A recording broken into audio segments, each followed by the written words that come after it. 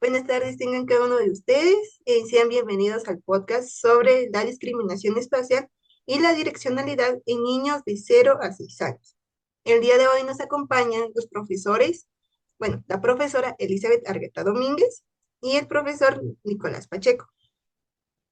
Teniendo en cuenta de una breve explicación sobre el tema, que sobre la direccionalidad espacial en niños de 6 años se refiere a su capacidad de reconocer y distinguir en cosas en su entorno o objetos. La direccionalidad se relaciona con los niños que perciben la dirección de estímulos como puede ser sonidos o movimientos, lo cual es crucial para su desarrollo motor y cognitivo. Bueno, ya con esta pequeña introducción vamos a comenzar a hacer las preguntas. Para ustedes, ¿qué es la direccionalidad espacial?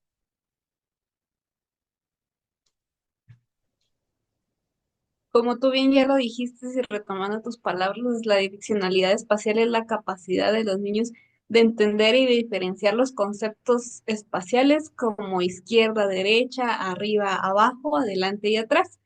Y recordando también que es fundamental en el desarrollo infantil porque influye en la orientación del espacio, la escritura, la lectura y la coordinación motriz. También recordando que en niños de preescolar es clave, ya que esta direccionalidad ayuda a fomentar su autonomía y sus futuras habilidades académicas como la lectura y escritura.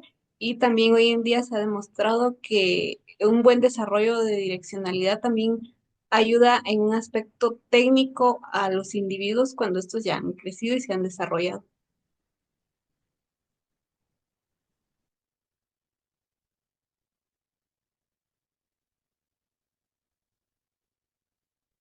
Para mí la direccionalidad espacial es la capacidad de comprender y reconocer, eh, la capacidad de aprender y reconocer de los que adquieren los niños conforme vayan creciendo, eh, de, son capacidades que van desarrollando conforme van creciendo, que les ayudan a fortalecer habilidades cognitivas y motoras.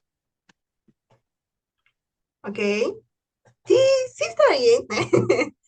Bueno, pasando a la siguiente pregunta, tengamos en cuenta de que esto lo estamos viendo en el ámbito de preescolar y nivel inicial, ¿verdad? Entonces, la pregunta diría uno, ¿o qué opinan ustedes? ¿Cómo podemos describir o qué es la discriminación espacial, pero ya en niños con estas edades?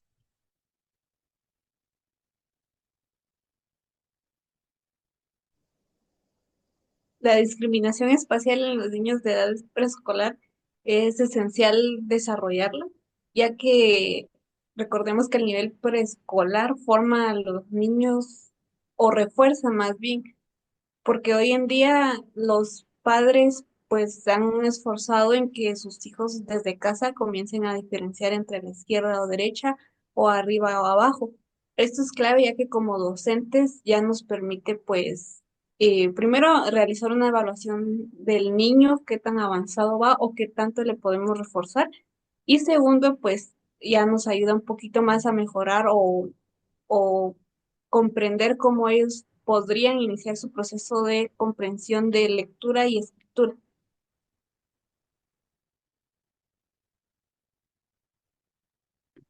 Que creo que la discriminación espacial es la capacidad de poder distinguir objetos de espacio y su relación entre sí.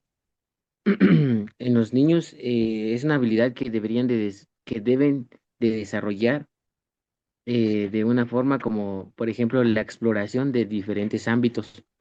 Esto lo podemos ver en el momento de que ellos comienzan a integrarse en diferentes campos de juego, de conversación o incluso en el área de aprendizaje, ¿no? Que en este caso sería la escuela.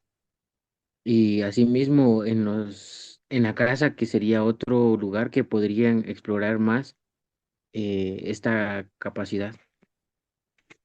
Ok, está bien. Nosotros como docentes, ¿qué actividades podemos realizar para el mejor desarrollo de la direccionalidad en la infancia? realmente hay varias técnicas y estrategias que podríamos trabajar, recordando de que el desarrollo de esta direccionalidad, si bien es una parte motora del niño, también influye una parte cognitiva, una parte neurológica. Y pues sería el desarrollo, por ejemplo, armar rompecabezas que influye demasiado en el desarrollo del lóbulo frontal, o también juegos con el cuerpo en el que el niño identifique, por ejemplo, toque de mano derecha con pie izquierdo, ya que esto nos ayuda en su desarrollo espacial, o que él identifique el espacio en el que se está desenvolviendo, qué tan grande puede, por ejemplo, al momento de realizar un trazo en una hoja pequeña, no puede ser un trazo demasiado grande.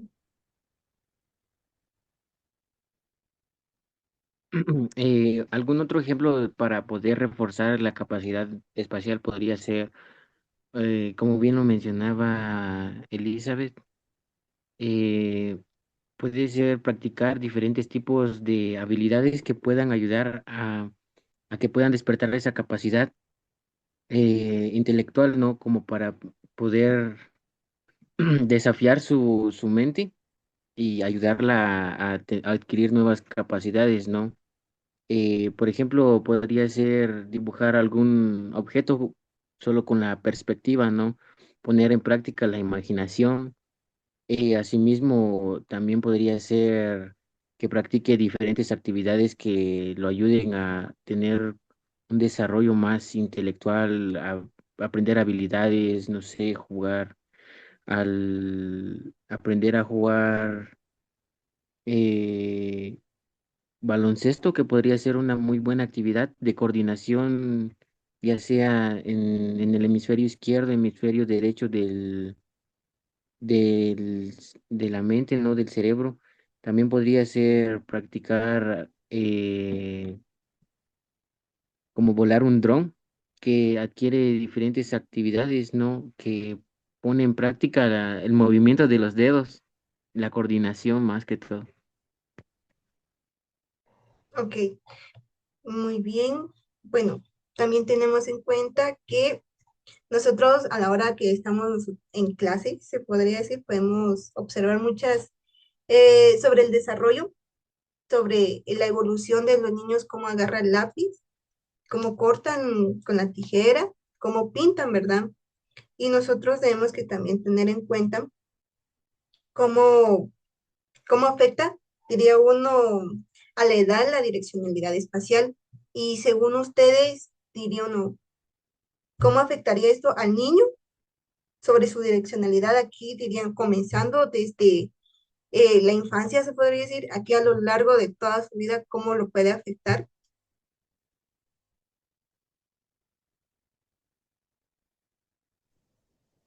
Recordando la direccionalidad espacial, podremos apoyarnos también en una de las teorías de un pedagogo, un psicólogo, como lo es Piaget.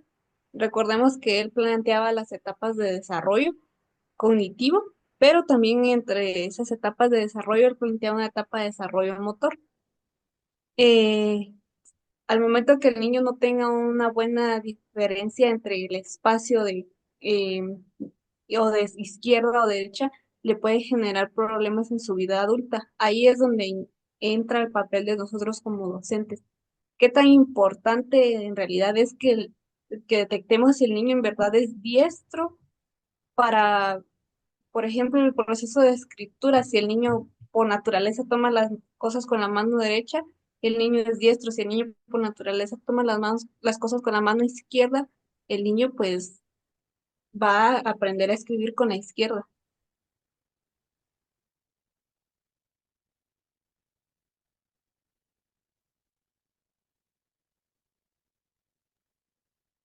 De hecho, tiene mucha razón lo que decía la docente Elizabeth, eh, que como niños están en una etapa en la que van adquiriendo diferentes tipos de habilidades y asimismo el entorno va muy relacionado al comportamiento que van desarrollando, ¿no?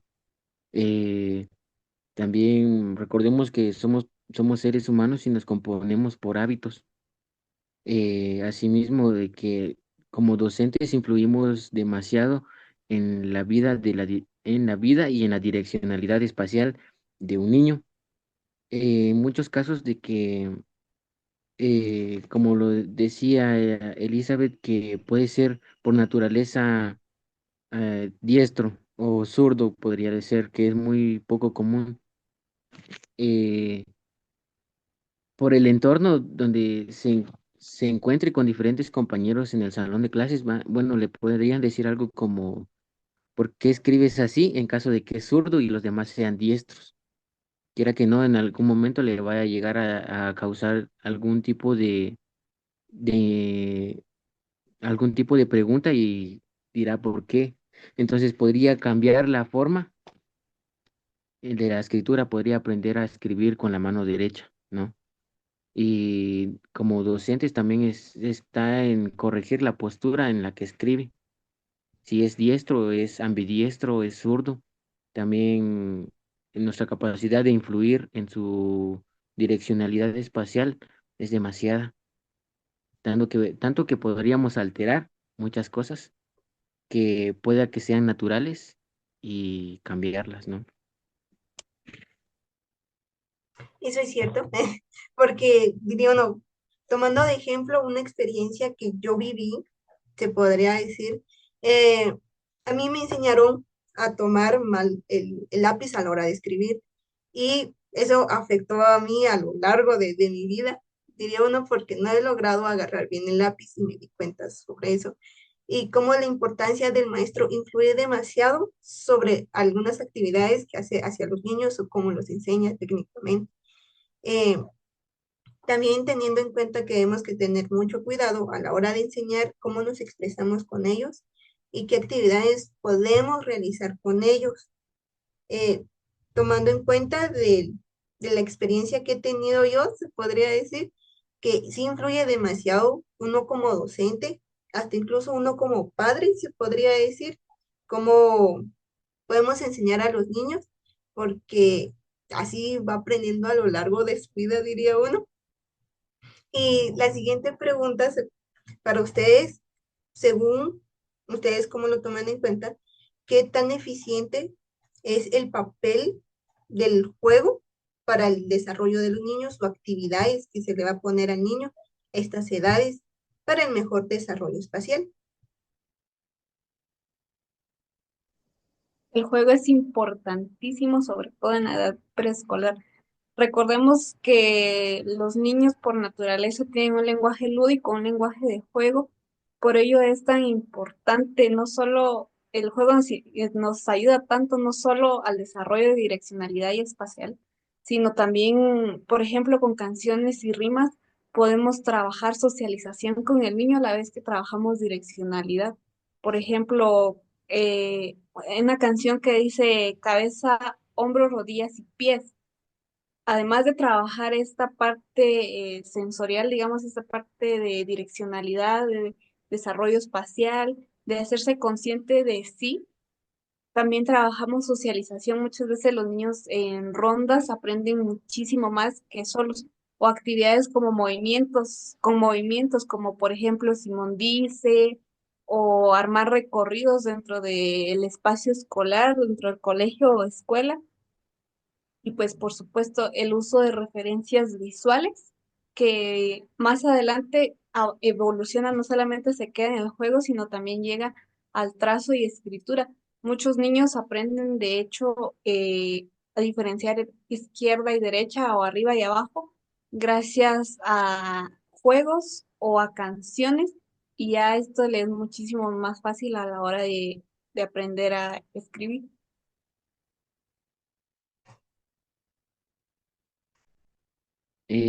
La importancia de los juegos para el aprendizaje y la intervención que tiene la direccionalidad espacial hacia los niños me parece algo muy crucial porque, como bien lo decía Elizabeth, hay muchos niños que aprenden no de manera lógica, sino que de manera visual, ¿no? Viendo e interpretando, ¿no? A veces que en muchos casos del entorno nos podemos orientar, guiar y así mismo podemos aprender demasiado. Muchas personas que somos visuales podríamos aprender a distinguir cosas solamente por la forma, o solamente por algún aspecto que eh, de primera vista podemos distinguir, ¿no? También así como lo mencionaba, juegos de coordinación o juegos de que ponen en desafío el que ponen en desafío que ponen en desafío la mente, también la capacidad de poder distinguir del un lado, del otro lado, de derecho e izquierdo, ¿no? Es muy importante porque ayuda a tener como referencia lo que está haciendo, ¿no? Lo que está aprendiendo. Bueno, tiene razón, para el mejor desarrollo de los niños tenemos que tener en cuenta su capacidad y desarrollo de óculo humano, se podría decir, o óculo pies. Eso se da mucho en cuenta y tenemos que observar demasiado y tener mucho cuidado hacia los niños, como les comentaba, cómo dirigirnos hacia ellos y cómo enseñarlos de la mejor manera, porque si no lo hacemos bien, se van y puede, diría uno, aprender de una mala manera, o te decir lo aprende, pero con mal hábito. Y pues voy a poner en pausa y vamos a regresar otra vez.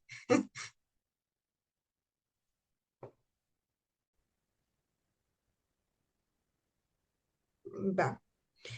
Continuamos con el tema.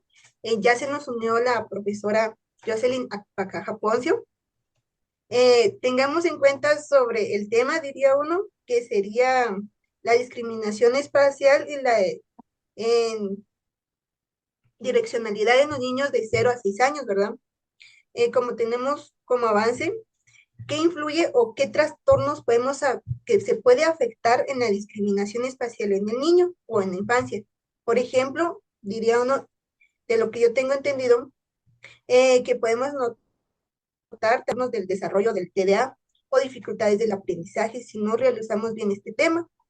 Entonces, según ustedes, ¿qué trastornos se pueden afectar con la discriminación espacial en la infancia de los niños de 0 a 6 años? Cuando un niño no adquiere una buena direccionalidad ni una buena discriminación espacial, puede presentar dificultades en varias áreas. Por ejemplo, en la escritura y lectura, puede invertir los números. Podría ser el caso del 6 y el 9, o las letras como la B y la D. Y problemas en motricidad, ya que no puede coordinar los movimientos, tropieza con frecuencia o tiene dificultades tan cotidianas como atarse los zapatos, por ejemplo. También puede presentar problemas en orientación espacial, pues se le puede dificultar un poco el seguir instrucciones que incluyen direcciones o desplazarse a espacios nuevos, espacios que no conoce. Si llegara a presentar estos problemas dentro del aula, considero que sería buena opción consultar a un psicopedagogo que pueda orientar al docente y también a los padres de familia de cómo abordar estos temas.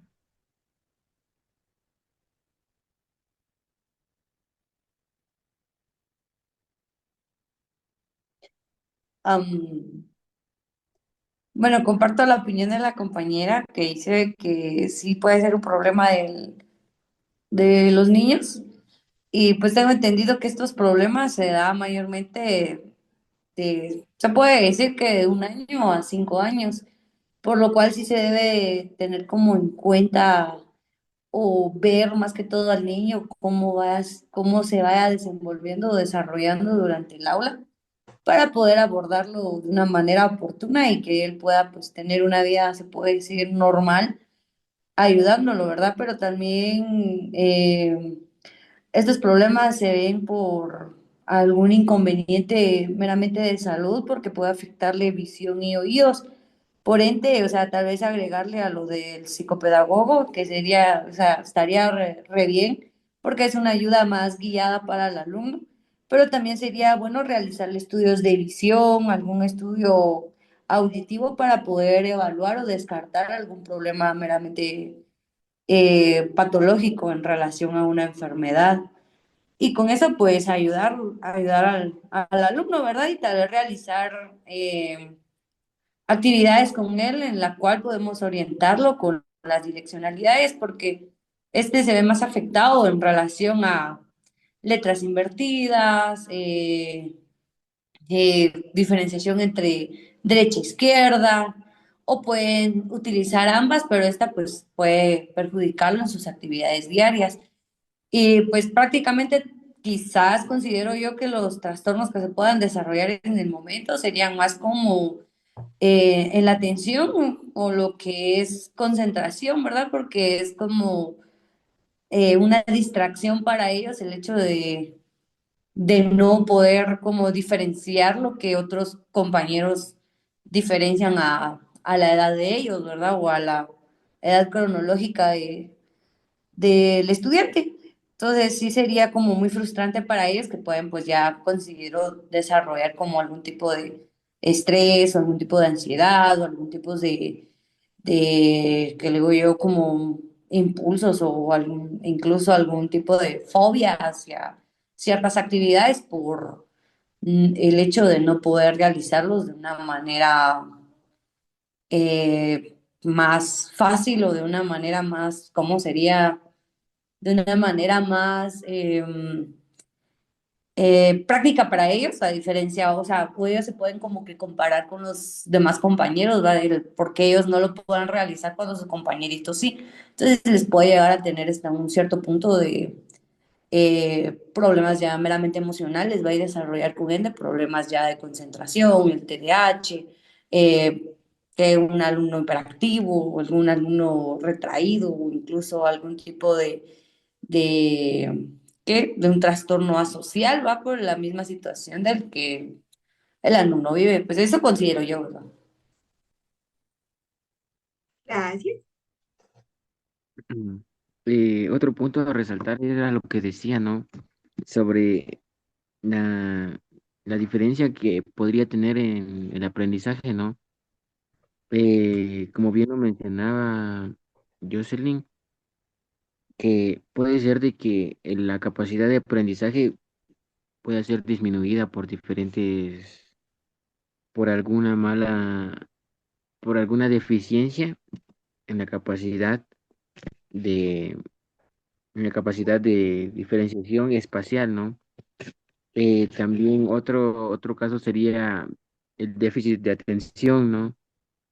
Que podría ser de que el docente, ¿no? Nosotros como docentes podamos estar impartiendo la clase, pero como no genera ese interés, esa intriga, ¿no? Para poder conocer y tener ese interés meramente esencial para poder aprender y la capacidad de poder entenderle, quiera que no, aunque uno vaya a estar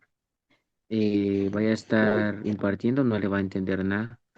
Entonces, me parece algo muy importante a resaltar y como bien lo decía Elizabeth, de que requiere en la mayoría de los casos podríamos recurrir a un psicopedagogo, ¿no? Para que nos pueda ayudar a a poder compensar esa discapacidad que podría ser una discapacidad o podría ser como un retraso de aprendizaje, podría llamarle, no sé, la verdad. Sí, está bien. Más que todo, nosotros debemos que tener en cuenta que nos debemos que informar más como docentes a la hora de nosotros impartir para poder manejar la situación de la mejor manera y poder brindarle la mejor información hacia los padres y que también los padres ayuden hacia nosotros como el docente o en la escuela y hacia los niños con estos ejercicios o sobre el tema, diría uno. Y hablando sobre esto, nosotros tenemos que también saber cómo trabajar con pequeños, así se podría decir. Podemos tener algunos ejemplos, bueno, o qué ejemplos pueden decir ustedes de juego que ayuden al desarrollo de la direccionalidad.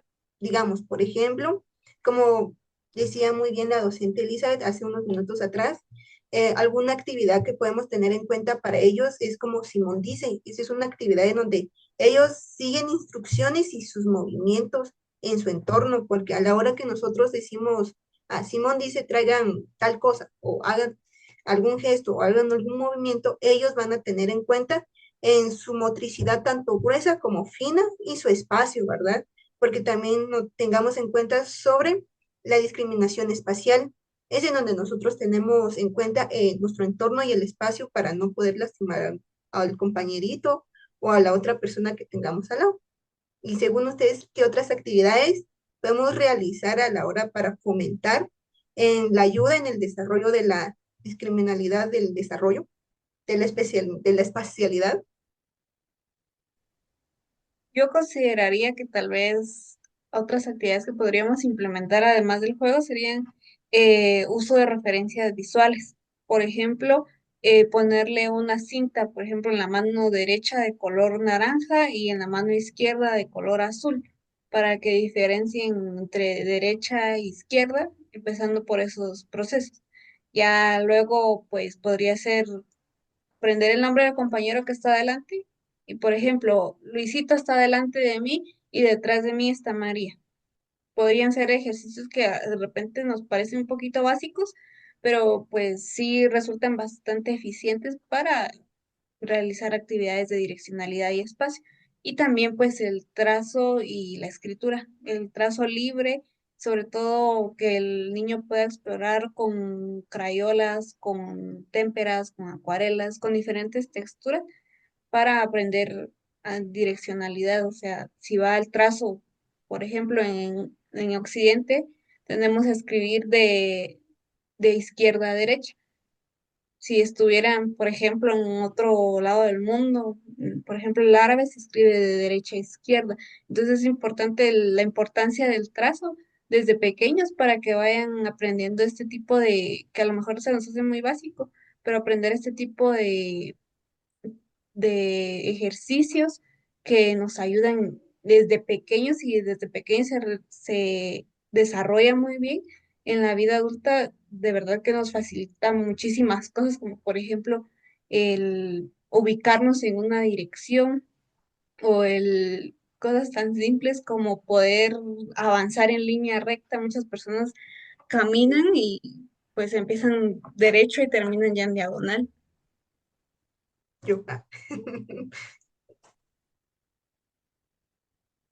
Eh, Podrían ser también así como mini retos prácticamente, o sea, hacer como grupitos y que entre los alumnos, pues, darles como un, valga la redundancia, un reto o un objetivo a realizar, ¿va? Como podría ser eh, decirles, va así como que poner la pelota en la canasta, por ejemplo, va, o en su defecto, ¿qué sería mantenernos en equilibrio con un pie o un salto o un paso a la derecha, con líneas, trazando ya sean líneas o en su defecto, pues imaginar líneas, ¿verdad? O incluso realizar como retos de agrupaciones, ¿va? Así como derecha-izquierda, donde la cual se le da un color, como lo decía la compañera, darle un color específico a cierto grupo y con ese color pues ellos dirigirse, ¿va? Entonces serían una de esas, otras que serían de, considero que muy buena para ellos por ser niños preescolares, que a ellos pues por lo general les gusta más o aprenden más como jugando, se podrían hacer como algún tipo de huellitas, es decir, se coloca color, ¿qué?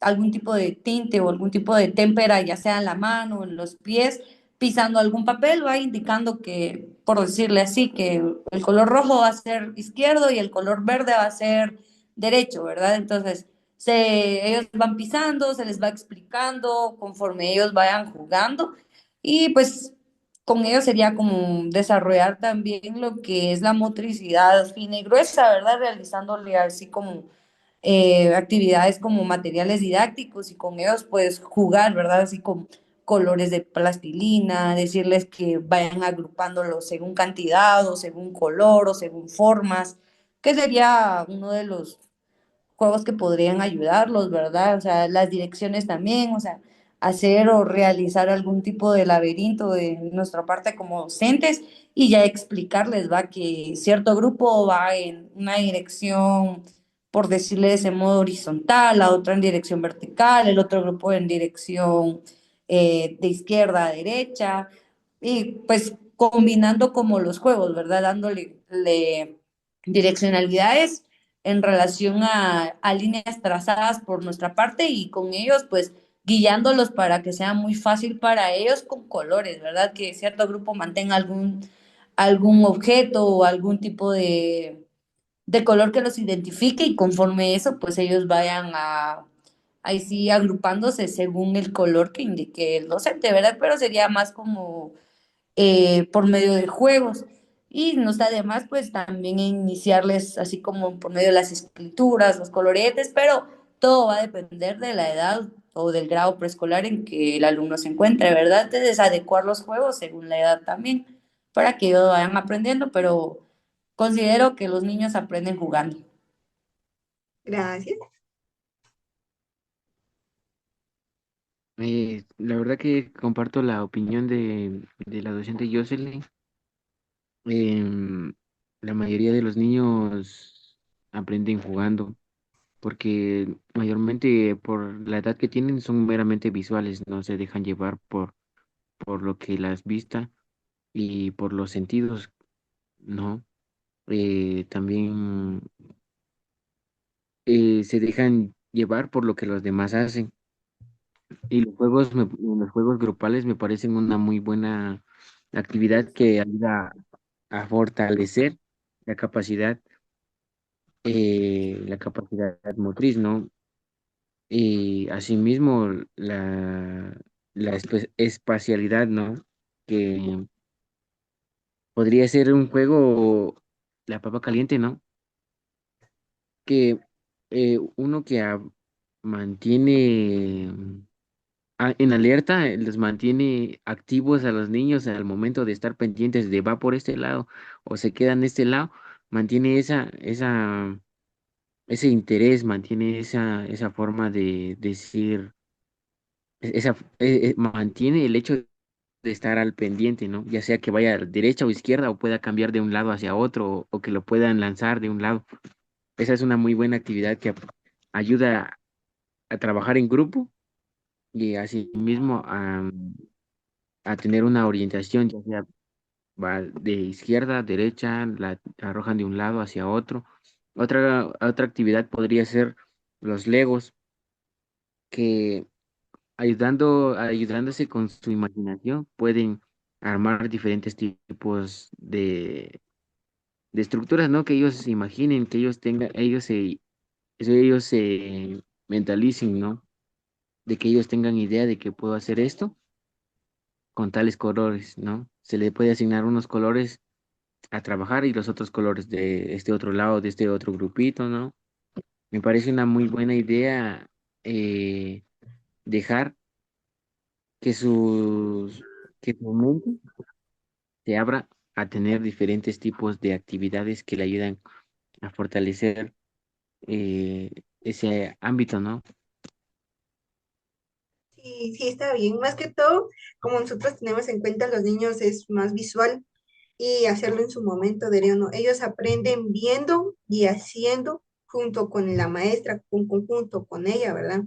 Y ahorita la pregunta para ustedes, ¿alguna experiencia que han tenido sobre la discriminación espacial y el desarrollo de la direccionalidad?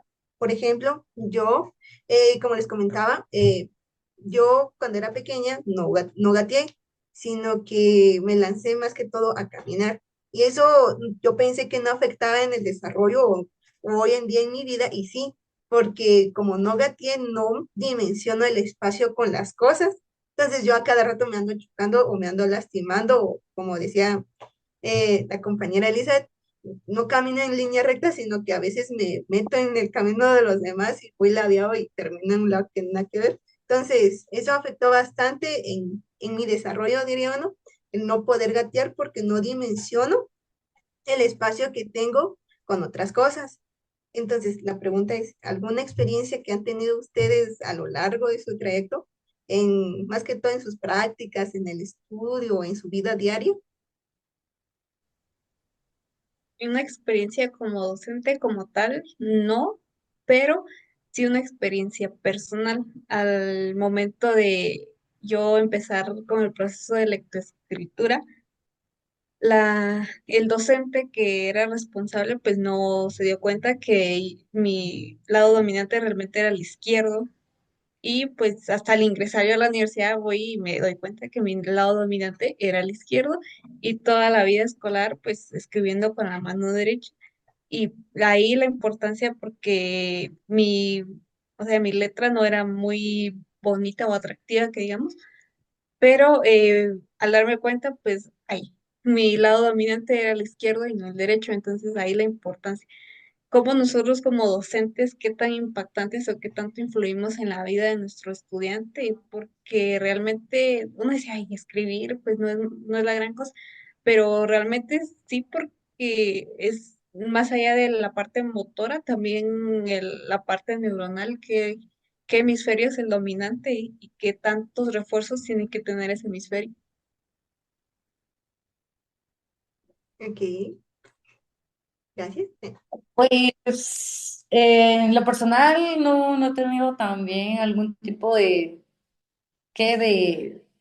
caso o experiencia con un alumno, ¿verdad? Pero sí he visto o tengo compañeros o amigos que sí veo que a la edad ya, o sea, adulta, por decirle de esa manera, tienen problemas tienen problemas con derecha izquierda, ¿verdad? Entonces considero que eso fue pues un problema desde preescolar que nunca no fue bien abordado, no fue tratada de la mejor manera, por ende tal vez sería como enfocar hoy día o darles como capacitaciones a los docentes para poder como darle importancia a este tema, ¿verdad? Porque creo que es un tema donde sí es importante, pero no se le presta la importancia que se necesita. Que sería, o sea, añadir eso nada más, porque realmente una experiencia como tal no, ¿verdad? Sino que simplemente es por compañeros actuales, entonces no les puedo dar como, o sea, ampliar más el tema, ¿va? Porque no me ha tocado y no he escuchado de algún niño que tenga ese problema en mi medio, pero son casos que sí existen, ¿verdad? Entonces, nada más. Ok, gracias. Oye, sí, como bien lo decía, yo en personal, en mi vida personal y también en el ámbito laboral tampoco me ha tocado vivir esas experiencias, ¿no? Pero es cierto que, como decía Elizabeth, que es tal la importancia del docente y cómo influye en el, y cómo influye, cómo influye en los niños, que llega a tener un gran impacto en la vida hasta que ya sea adulto, ¿no? O sea,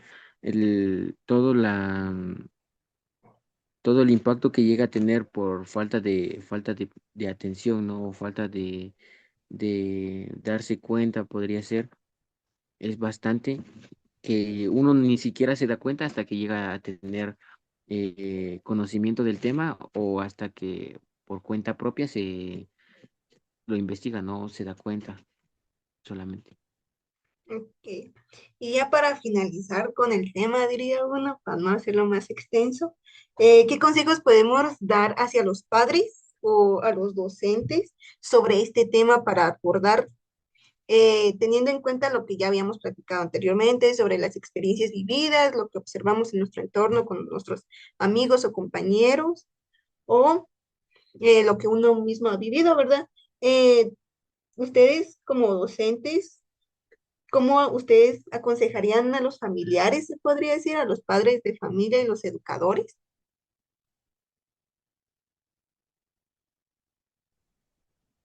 Pues como docentes, sobre todo el tener demasiada atención en cada uno de nuestros estudiantes, a veces es un poco complicado por el número de estudiantes que llegamos a tener y pues también demasiada paciencia porque recordemos que es un proceso pues largo que el niño comienza a desarrollar desde el nacimiento y a la edad preescolar pues no es demasiado el avance que tiene.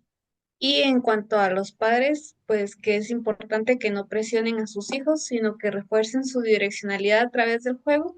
Recordemos la parte lúdica, como lo mencionábamos anteriormente, es fundamental en el niño es su lenguaje por naturaleza y pues que estos juegos sean de práctica diaria y que cada niño tiene un propio ritmo de aprendizaje y con un apoyo adecuado puede desarrollar estas habilidades sin problema.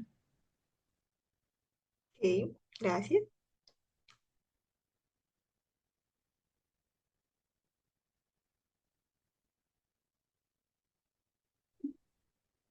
¿Me oyen? Eh, bueno, yo considero en relación a los docentes, pues vuelvo y repito, a conocer el tema, porque si no se conoce el tema, no, o sea, uno lo pasa así como que de apercibido, entonces es como que ni siquiera se va a dar cuenta qué es lo que tiene el alumno, ¿verdad? Entonces, principalmente es conocer el tema, poder abordarlo de la mejor manera, ¿verdad? Si uno pues no tiene el conocimiento adecuado o le hace falta experiencia en este ámbito, sería bueno abocarse a otros compañeros y plantearles la situación, buscar una ayuda, ya sea con otro profesional o en su defecto, ¿verdad? Preguntarle a los padres cómo se comporta el niño en la casa, si ellos han notado algún cambio en él, si ellos, ejemplo, ¿verdad? Han notado que a él le cuesta como distinguir al momento de que la mamá o el papá le manda a realizar ciertas actividades y no realiza lo que le dicen y hace otra cosa, ¿verdad? Entonces, los comportamientos en casa, pues considero que tienen mucho que ver en relación a cómo el niño se va desenvolviendo.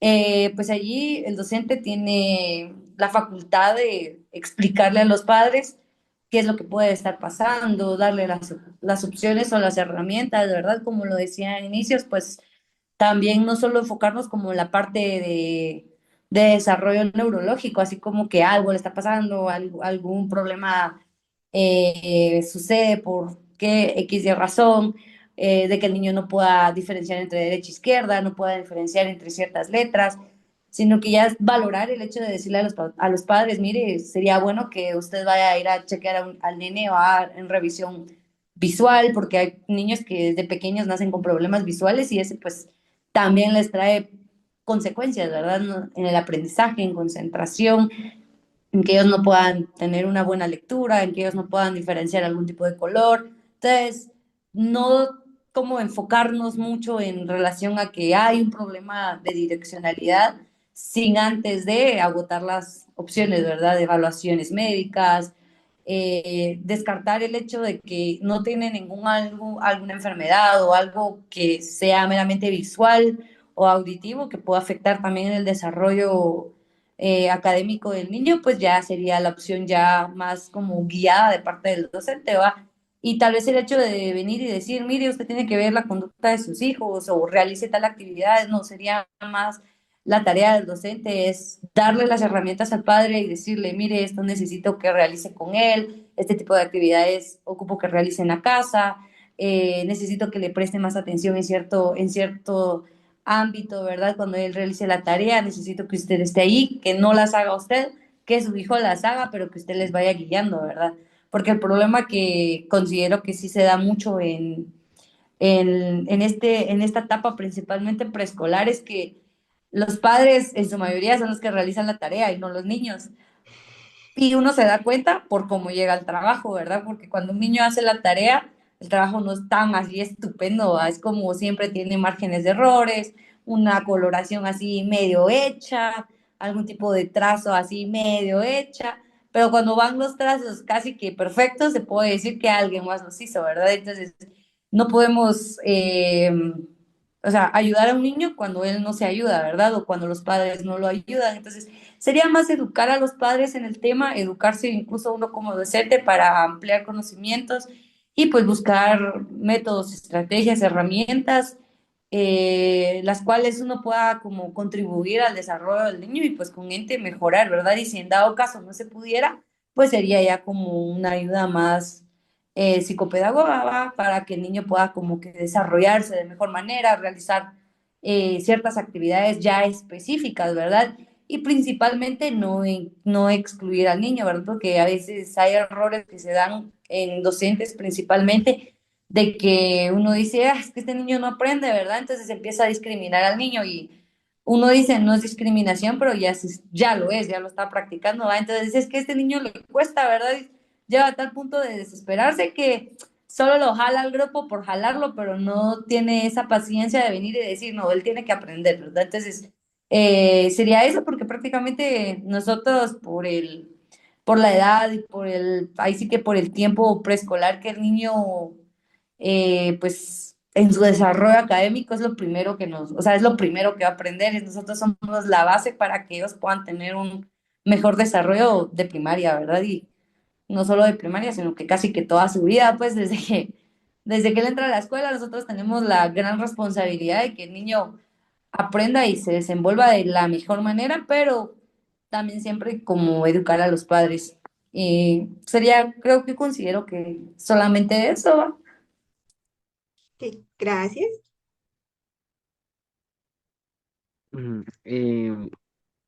Algo que realmente me gustaría resaltar aquí es el interés, ¿no? El interés del docente y de los padres. También la atención, que es algo muy relevante, porque la primera casa es el hogar, ¿no? No, el primer lugar de aprendizaje es la casa, es el hogar, ¿no? La familia, que es en donde los niños comienzan a adquirir diferentes tipos de hábitos, comportamientos y asimismo el lenguaje, ¿no? Y como segundo lugar de aprendizaje podría ser, es la escuela, ¿no? Que es por donde pasa mayor tiempo los niños, ¿no? Conforme van creciendo, su desarrollo van de la casa a la escuela y de la escuela a la casa, ¿no? Entonces son dos lugares que influyen mucho en el crecimiento y en el desarrollo de los dos lugares eh, que influyen bastante en el aprendizaje de los niños es el hogar y la escuela, ¿no? Y que como padres, prestarles atención desde el más mínimo comportamiento inusual que podríamos pasar por alto, es una muy buena, es un muy buen comienzo, ¿no? Y asimismo también como docentes, en el caso de que los padres no estén totalmente presentes en la educación o atentos completamente hacia sus hijos, como docentes somos la segunda, los segundos como a cargo, responsables de poder ver, interpretar conductas inusuales y asimismo buscar eh, formas de la cual podría él aprender de distinta forma hacia sus demás compañeros, ¿no? Y asimismo, como lo decía Jocelyn, como docentes también es nuestro trabajo poder proporcionar la información, poder proporcionar los materiales didácticos de cómo trabajar o cómo abordar ese tipo de comportamientos o de actitudes que pueda llegar a presentar, ¿no? Eh, y trabajarlo en conjunto tanto como padres como docentes. Y en caso de que no se pudiera tener un trato más profesional con un psicopedagogo, ¿no? Podría ser una sugerencia solamente. Ok, muchas gracias. Y bueno, finalizamos este podcast, diría uno, con el tema y el diferente punto de vista de cada uno de ustedes, ¿verdad? Y más que todo, les agradezco por su tiempo que han brindado para esta pequeña exposición, se podría decir, o estas preguntas más que todo, y también por brindarme sus conocimientos y vivencias que han tenido a lo largo de su proceso académico y también en lo profesional también, y por compartir sus conocimientos hacia nosotros. Y pues, más que nada, muchas gracias y que pasen feliz tarde. Gracias, igual, un gusto a todos.